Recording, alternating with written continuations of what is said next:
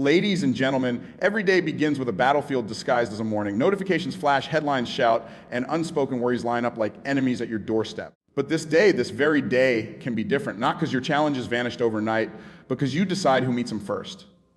You will not meet them with fear. You will not meet them with frantic striving. You will meet them with the God who goes before you, stands beside you, and strengthens you within. There is a timeless song that teaches us how to start the day. Step out of the shadows and into divine light. When you awaken, tell your soul, I know where my help is. Fear feeds on imagination. Faith feeds on revelation, on who God is. So before you open your calendar, open your heart. Say, God, illuminate my path. Be my confidence when I feel small. Be my steady place when the ground seems to move. When light rises, confusion retreats. When confidence takes root, intimidation withers. But there is more than light, there is focus. We chase so many good things and miss the one necessary thing, nearness. The most powerful person in the room is the one most aware of God's presence. Make that your first appointment. Sit still for a minute longer than feels convenient. Breathe slowly. Whisper, I'm here. Speak, and I will listen. You are not performing for God. You are being formed by God. Let His peace set your pace. The strength you seek is not found in a busier schedule, but in a quieter spirit. And when adversity shows its teeth, critics, deadlines, bills, diagnoses, you are not exposed. You are sheltered. Picture yourself lifted to a higher vantage point.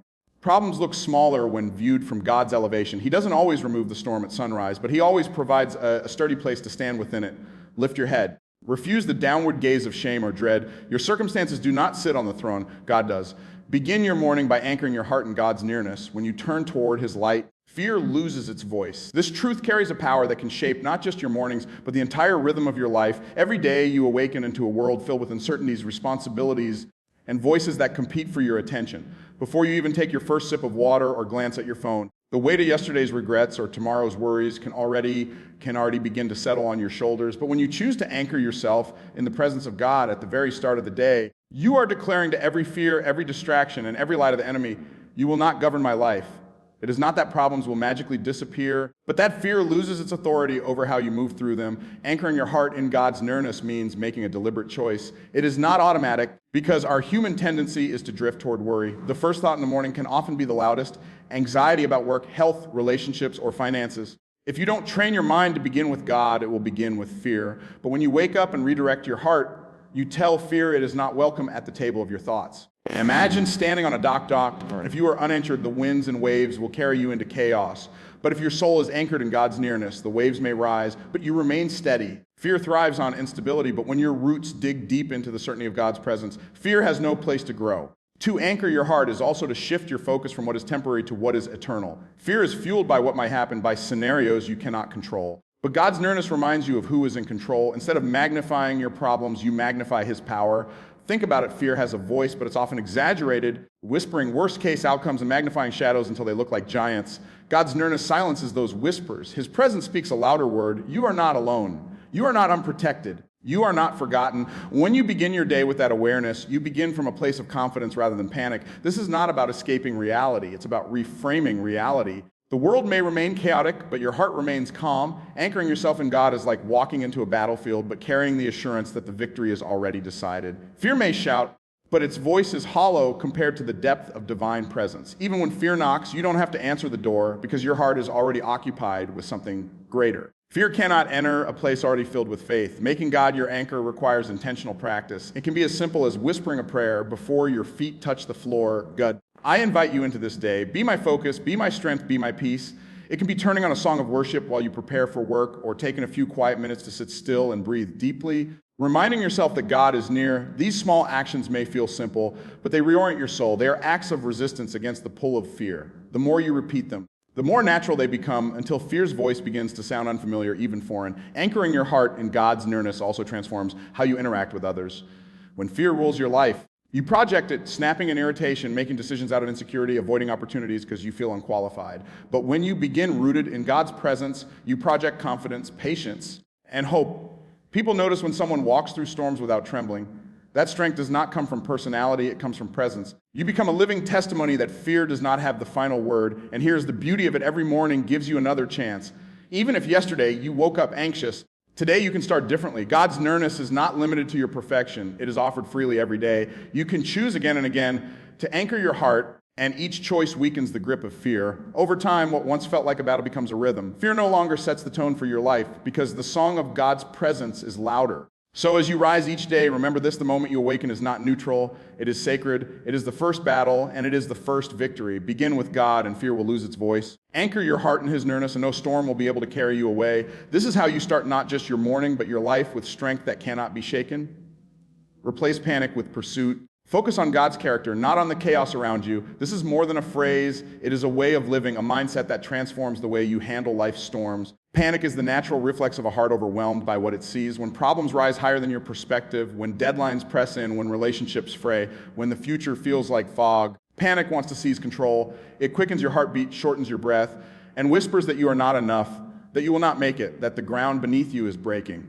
But panic, though loud, is not truth. It is an echo of fear. Pursuit, however, is rooted in faith. It is the deliberate turning of your eyes away from the confusion of the world and fixing them on the character of God. Pursuit says, I may not understand the storm, but I know the one who holds the winds. When you choose pursuit over panic, you are deciding where your focus will live. The chaos around you is not always something you control, but your focus is always something you can choose. Chaos may roar, but focus steadies your soul. Imagine two people standing in the same storm. One is consumed by the thunder, trembling at every flash of lightning, believing that destruction is certain. The other feels the same storm but lifts their eyes higher, reminding their heart that above the clouds is a sky untouched, vast and clear. The storm is real, but so is the one who reigns above it. The difference between panic and pursuit is not in the size of the storm, but in the direction of your gaze. Focusing on God's character changes the way you interpret the chaos. Panic says, this will destroy me. Pursuit says, this will shape me. Panic says, I am abandoned. Pursuit says, I am guided. Panic magnifies what is wrong. Pursuit magnifies who God is, faithful, steady, merciful, and unchanging. His character is your anchor. He does not wake up one day loving you and the next day forgetting you. He does not strengthen you for one battle and leave you empty for the next. His nature is consistent, and when you fix your eyes on that, the chaos around you begins to lose its grip on your emotions. Replacing panic with pursuit also reshapes your responses. Panic pushes you into rash decisions, make you speak words you regret, and take actions you later wish undone. But pursuit teaches you to pause, to breathe, to seek God's wisdom before reacting. Instead of scrambling for temporary fixes, you lean into eternal truths. Pursuit teaches patience when the answer is delayed, hope when the night feels long, and clarity when the path is uncertain. In pursuit, you learn that chaos does not dictate your choices. Character does, both God's character and the character he builds in you. One of the greatest tragedies of panic is how it shrinks your perspective.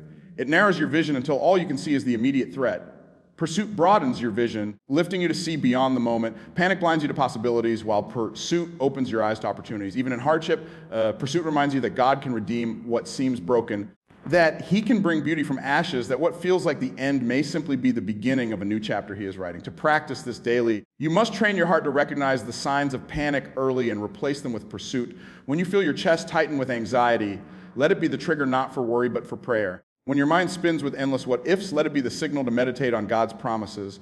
When the chaos outside grows louder, choose to quiet yourself within and remind your spirit of God's unchanging goodness. It is not about denying the chaos, but about deciding which voice will shape your response. Living this way also impacts those around you. Panic spreads like fire. When one person succumbs, others catch it. But pursuit spreads like light. When one person chooses faith over fear, hope over despair, others notice. You become a steadying presence, a calm in the middle of turbulence, not because the chaos is gone, but because your focus is fixed. Your life becomes a testimony that peace is not the absence of storms, but the presence of God within them. Think of how your day could look if you practice this shift. Instead of waking to the demands and distractions that make your heart race, you begin by declaring who God is: faithful, merciful, present, protector, provider. When problems appear, instead of spiraling into panic, you say, this may look overwhelming, but I know who holds me. That posture does not eliminate the storm, but it changes how you walk through it. Fear wants you frozen. Pursuit moves you forward. Fear wants you silenced. Pursuit makes you sing even in the dark. Fear says you are defeated. Pursuit says you are more than a conqueror. So replace panic with pursuit. Let chaos remind you not of your weakness, but of his strength. Fix your gaze on the character of God and let it silence the noise around you. The world will always have storms, but you do not have to live in panic. You were created to walk in pursuit, to live in focus, to stand in confidence, not because life is calm, because God is constant. Choose presence over performance. Make intimacy with God your first priority each day. In a world that celebrates productivity, deadlines, and accomplishments, it is easy to measure your worth by what you do rather than who you are becoming. Every morning, the pressure begins, the emails waiting, the tasks undone, the responsibilities pressing in. You may rise with a list already longer than your strength, and before you have even spoken a word, you feel behind. The temptation is to perform, to rush into action, to prove through effort that you are enough. Yet the truth is, this performance without presence leaves the soul empty, While presence before performance fills the soul with strength that no checklist can provide, presence is the fountain, performance is the flow. If you begin with performance, you eventually run dry. If you begin with presence, your performance becomes meaningful, sustained, and guided. Choosing presence means that you value being with God more than doing for Him. It means recognizing that the heart of faith is not found in your achievements, but in your intimacy with the one who created you. God is not impressed by the size of your to-do list, nor is He moved by how perfectly you perform for others. What He desires most is your heart, your attention, your willingness to sit quietly with Him before you attempt to conquer the noise of the world. Performance shouts, "Look at what I can do." Presence whispers, "Lord, here I am."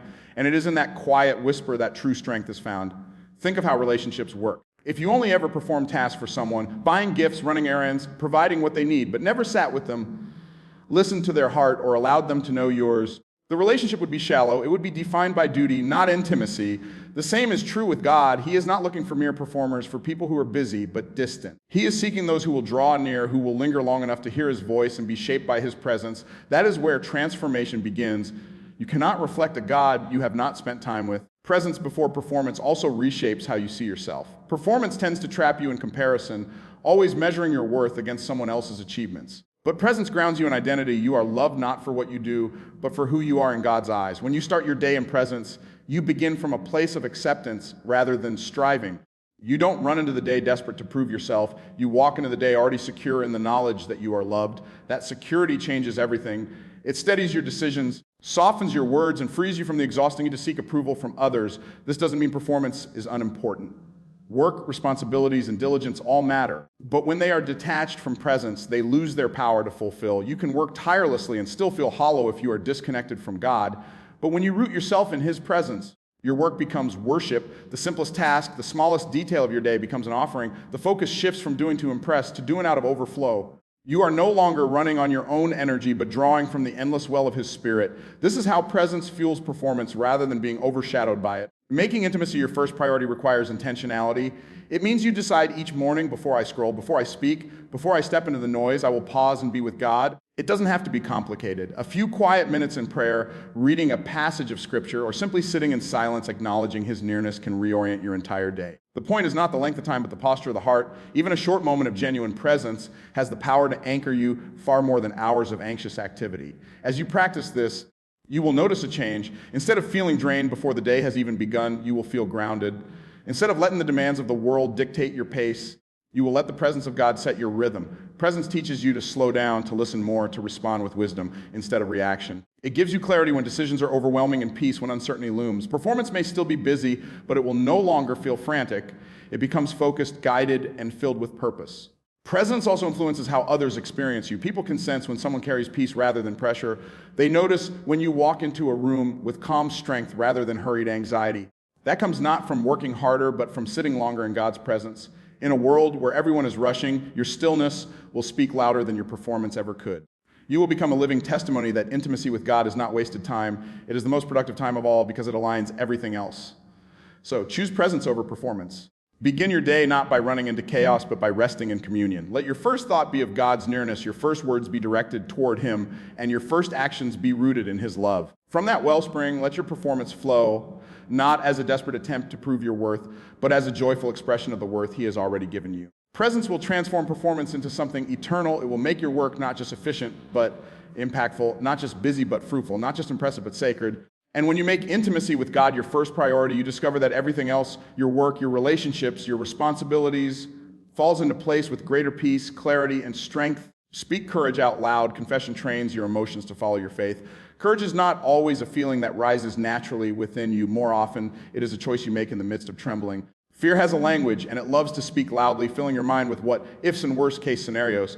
If left unchallenged, fear will take control of your thoughts, your choices, and eventually your destiny. But when you open your mouth and declare words of faith, something powerful happens. You are not only speaking to your circumstances, you are also speaking to your own heart. Your emotions may resist, but your words have the authority to guide them. When you declare courage, your spirit begins to take the lead, and your feelings eventually follow. This is why what you speak matters so much. Words are not just sounds, they are seeds. Every word you release has the power to plant either fear or faith in your heart. When panic rises and you say, "I can't handle this," your emotions sink deeper into despair. But when you choose to speak, "I am strong in God's strength. I am not abandoned. I will see this day through. Your words begin to lift your emotions out of the shadows. Even if your feelings do not instantly agree, your confession sets the direction. Over time, repeated declarations carve new pathways in your mind, training your emotions to submit to truth rather than to lies. It is important to understand that courage is not denial of reality. It is not pretending that hardship doesn't exist. Speaking courage is acknowledging the reality of struggle while also proclaiming a greater reality that God is faithful,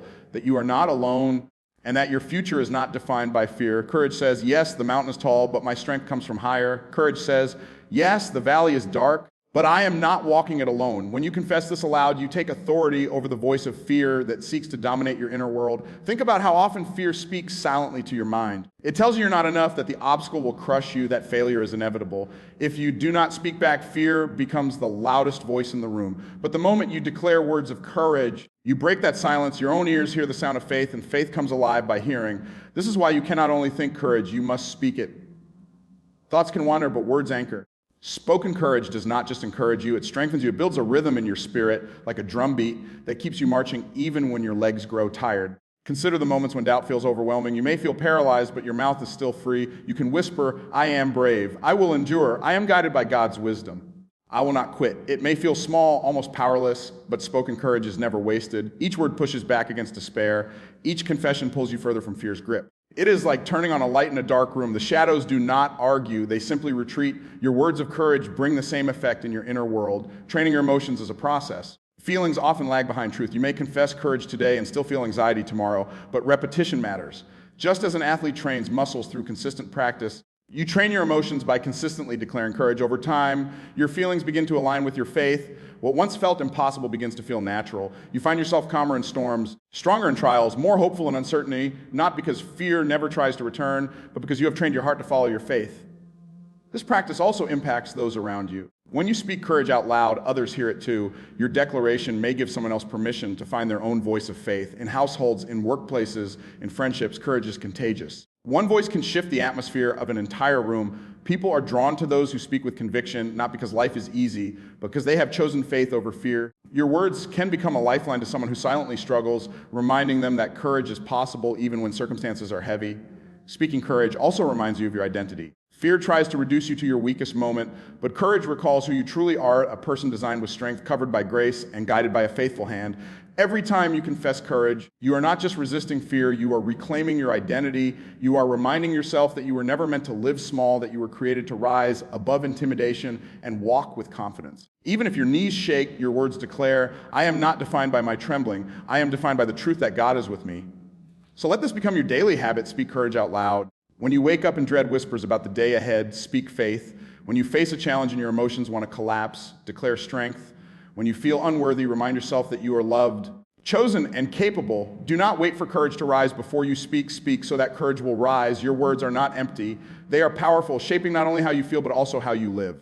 Over time, fear will learn that its voice no longer controls you because a louder voice has taken its place, the voice of courage born from faith. Remember, you are protected and positioned. God lifts your perspective above the storm. Life has a way of throwing challenges that feel overwhelming. Some storms come suddenly, like unexpected news that shakes the ground beneath you. Others build slowly, like a weight that presses down over weeks and months until you can hardly breathe. In those moments, it is natural to feel exposed, vulnerable, and surrounded. Yet the truth is that you are never without covering. You are not wandering through the chaos unprotected. You are held guarded and positioned by a hand far stronger than your own. God's protection is not always about removing the storm. It is often about lifting you to a place where the storm no longer dictates your outlook. When he raises your perspective, what once looked like an undefeatable mountain begins to look like a stepping stone.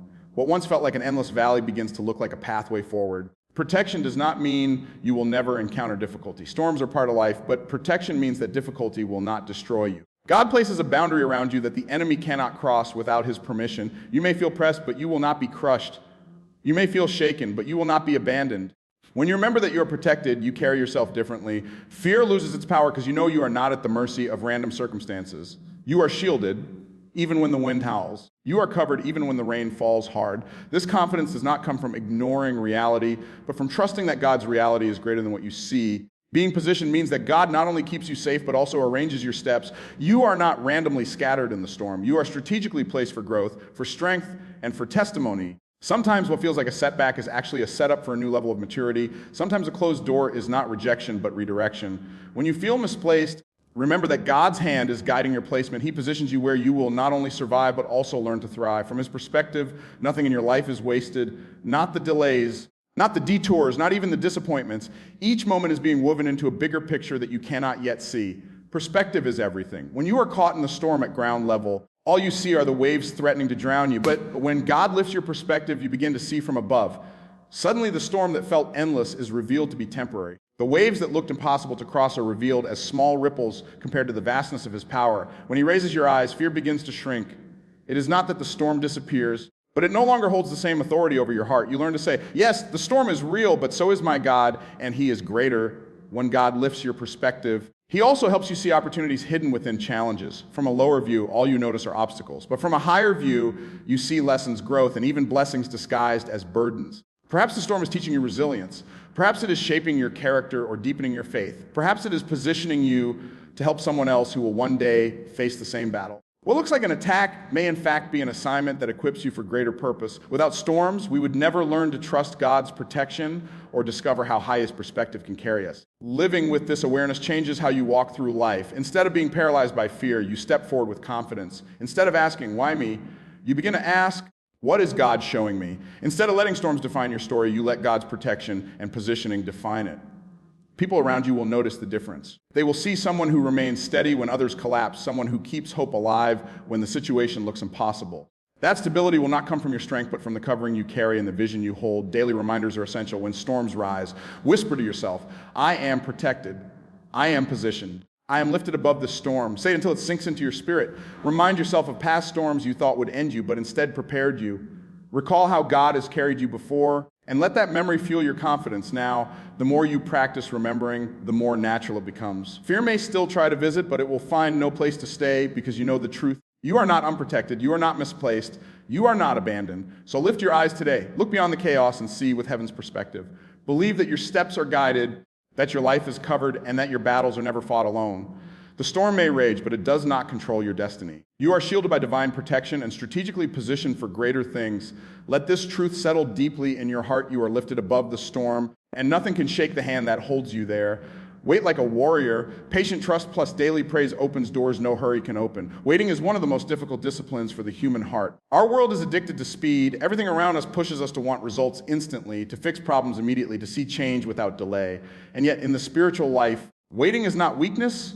It is strength in disguise. Waiting is not inactivity. It is training. It is the posture of a warrior who knows that the battle is not won by frantic rushing, but by steady endurance, rooted in trust. When you wait with patience and fill that waiting with praise, you position yourself for breakthroughs that would never come through anxiety or striving. There are doors in life that will only open when you stop pushing and start trusting. To wait like a warrior is to understand that trust is active, not passive. It does not mean sitting idly, twiddling your thumbs and hoping something changes. It means standing firmly in the place God has put you, keeping your armor on, your sword sharp, your spirit ready, and your eyes fixed on him. A warrior does not abandon his post because the enemy is slow to appear. He stays alert, prepared, and confident that his commander knows the right time to act.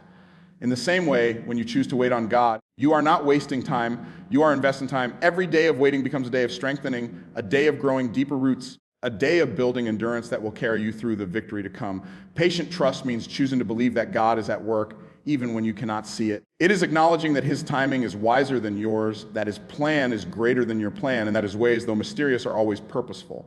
When you rush ahead, you may open doors not meant for you and step into battles you were never called to fight. But when you trust patiently, you allow God to prepare the way, to align circumstances, and to strengthen you so that when the door opens, you are ready to walk through it without faltering. Trust is not about having every answer. It is about knowing who holds the answers. But waiting without praise can easily turn into grumbling, bitterness, or despair. That is why daily praise is essential. Praise is the weapon that keeps your heart soft while you wait. It shifts your focus from is missing to what is already present. Praise reminds you that even in the delay, God is still good, still faithful, still near. A warrior who waits without praise grows weary, but a warrior who fills the silence with gratitude finds his strength renewed each day. Praise transforms waiting from a prison into a sanctuary. It lifts your spirit, guards your mind, and keeps you aligned with hope. The more you praise in the waiting, the more you realize that waiting itself is a gift. It is shaping you for the promise.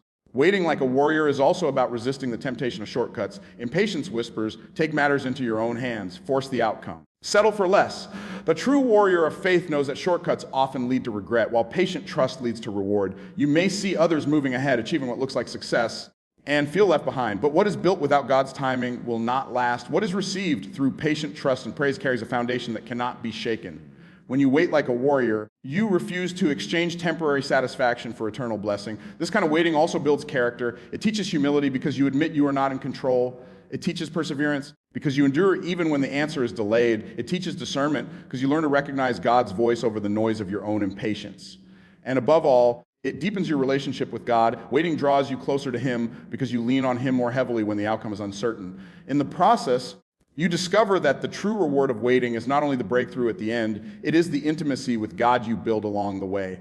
So the next time you find yourself in a season of waiting, do not see it as wasted time. See it as warrior training. Stand firm. Refuse panic. Fill your mouth with praise. Choose trust over frustration, and let patience become your shield. Each day you wait faithfully. You are preparing for a door that only God can open. And when that door swings wide, you will realize that the waiting was not a delay, but a design, that the strength you gained in the waiting is the very strength you needed for the blessing. To wait like a warrior is to walk with the unshakable assurance that what is for you will not pass you by, and that God's timing, though it may stretch you, will never fail you. We have journeyed through a message that reminds us how to truly live above fear, anxiety, and uncertainty. We have seen that mornings are more than just the start of another day. They are sacred opportunities to choose faith over fear, presence over performance, pursuit over panic.